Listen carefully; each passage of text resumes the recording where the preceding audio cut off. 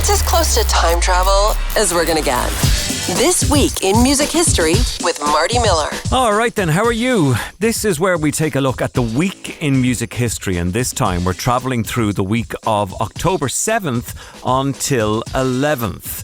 And I'll be honest with you, there's so much stuff that happened this week to try and squeeze in. For example, jailbird mama Cass Elliot was arrested this week in 1967 in London. What was it like inside the Nick then? It was very cold. How long were you there? About 30 hours. This week in 1979, U2 played the Cork Opera House and appeared on television for the first time, probably calling each other their funny little nicknames. Adam's village name was Mrs. Burns, and Larry's village name was the Jam Jar. And in 1976, John Lennon got his green card because, well, he loved New York. And doing things I couldn't do when I was, in the middle of the Beatles stuff. And I really get off on that. And occasionally people ask for autograph or just want to shake hands is the coolest one that happens. Zipping through a week in a matter of minutes. This Week in Music History, the podcast. So we'll start in 1967 and that story of Cass Elliot from the Mamas and Papas spending the night in a London nick. She was accused of stealing from a hotel. Now, because she was in prison, the TV and concert appearance that she had lined up had to be cancelled. Were you rather hurt that you couldn't get bail? Hurt? I was very uncomfortable because I couldn't get bail. But I don't think I was hurt. What was it like inside the Nick then? It was very cold. How long were you there? About 30 hours.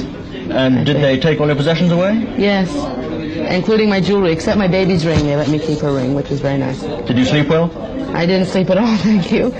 But you? This week in 1976, John Lennon was awarded his green card, meaning he could stay as a citizen in the US. Now, there had been previous efforts by the US government to deport him, but he didn't want any of that because, well, it was a good place to be, New York. We want to bring up our child here. He's born here. It's the best place to bring up a Eurasian child, right? Where else can you take one? My lawyer, Leon Wiles, is always hopeful. And so am I. When they give it me in my hand, I'll show you, okay? I don't believe it till I see it. I've said this many, many times. I have a love for the country, but simply, if it had been 2,000 years ago, we'd have all wanted to live in Rome. This is Rome, and I don't want to live in the hills. This week in 1979, Transmission, the debut single from Joy Division, arrived. Live transmission, radio. Zipping through a week in a matter of minutes. This Week in Music History, the podcast. Mad as a brush and at age 80. Ginger Baker passed away this week in 2019, but back in 1966, he was playing a drum solo. So Ginger Baker was the drummer with Cream. He collapsed during the drum solo because the drum solo was 20 minutes long. He had to go to hospital to recover.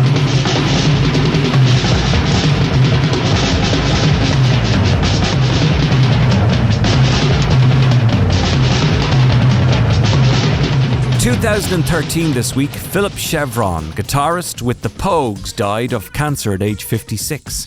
He formed the band Radiators from Space in 1976 before joining the Pogues. Here's our old pal Eamon Carr talking Philip. I'd really just known Philip initially as a schoolboy, then as this guy who'd written these great songs that the Radiators were recording. And then he said, by the way, I'm actually I want you to hear something. I'm working with Peter O'Brien. And I knew Peter. I said, Professor Peter, piano player, and Louis Stewart. I said, what are you doing with these jazz guys? How are you working with them? And he said, I'm producing an album. Bloody hell. I mean, he must have been about 17. Ooh, our missus. In 1969, for the first time in the history of the show, the BBC's Top of the Pops refused to air the number one song of the week because it sounded like a shag. Je t'aime. Je t'aime, je t'aime, oh oui, je t'aime. That's quite enough of that, thank you very much. This Week in Music History. A week in less than 10 minutes. In 1973, this week, Elvis Presley and Priscilla Presley divorced after 6 years of marriage. Priscilla was awarded property, 725 grand in cash. This is 1973, remember. And get this, 4,200 quid a month in support. 1973. I just kind of followed, what he did. I mean, you lived his life. You honestly didn't have your own life. You lived his life. You saw the movies he wanted to see. You listened to the music he listened to. You go to places that he would go. So you really kind of lost yourself. My considerations were his considerations. My fears were his fears. My likes were his likes. And I did not divorce him because I didn't love him. He was the love of my life, truly. If anything, I left because, and I still loved him, I needed to find out what the world was like, really. It was one world. In 1979, meanwhile, this week, U2 played the Cork Opera House. This was the first time they appeared on TV as well, probably all calling each other by their nicknames. In the early days, Adam's village name was Mrs. Burns, and Larry's village name was the Jam Jar.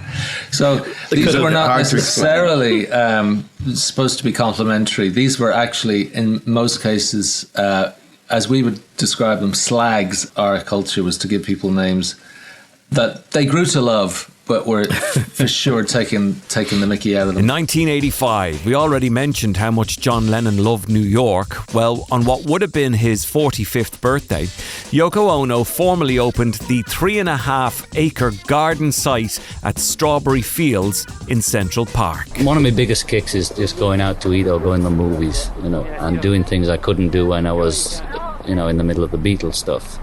And I really get off on that. And occasionally people ask for autograph or just want to shake hands is the coolest one that happens, which is cool with me. And I'm just known enough to keep my ego floating, but unknown enough to get around, which is nice.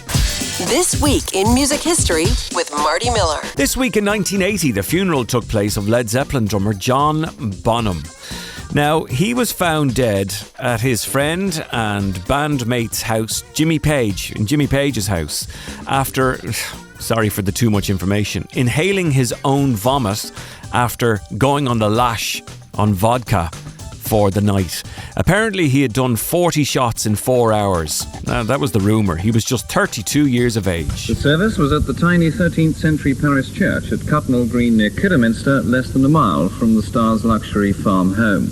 But it was a million miles from the industry that made and perhaps destroyed him. Apart from the other members of the band, Jimmy Page, Robert Plant and John Paul Jones, it was just family and friends who packed the church for the quarter-hour service. More drumming stuff, this time 10 years later, 1990, when Dave Grohl played his first show with Nirvana when they played a show in Washington State.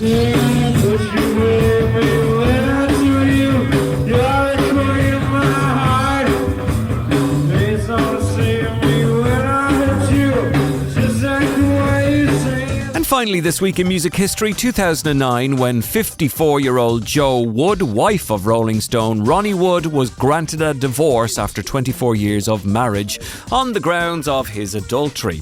The couple split in 2008 after he, at age 64, began a relationship with a 20-year-old. As you do. It made me grow up and it made me become independent and pay my own bills and look after myself, and I hadn't done any of that ever, so I thought, I'm going to get out there. So I started going clubbing with my friend Michael and just got out and got over it that way.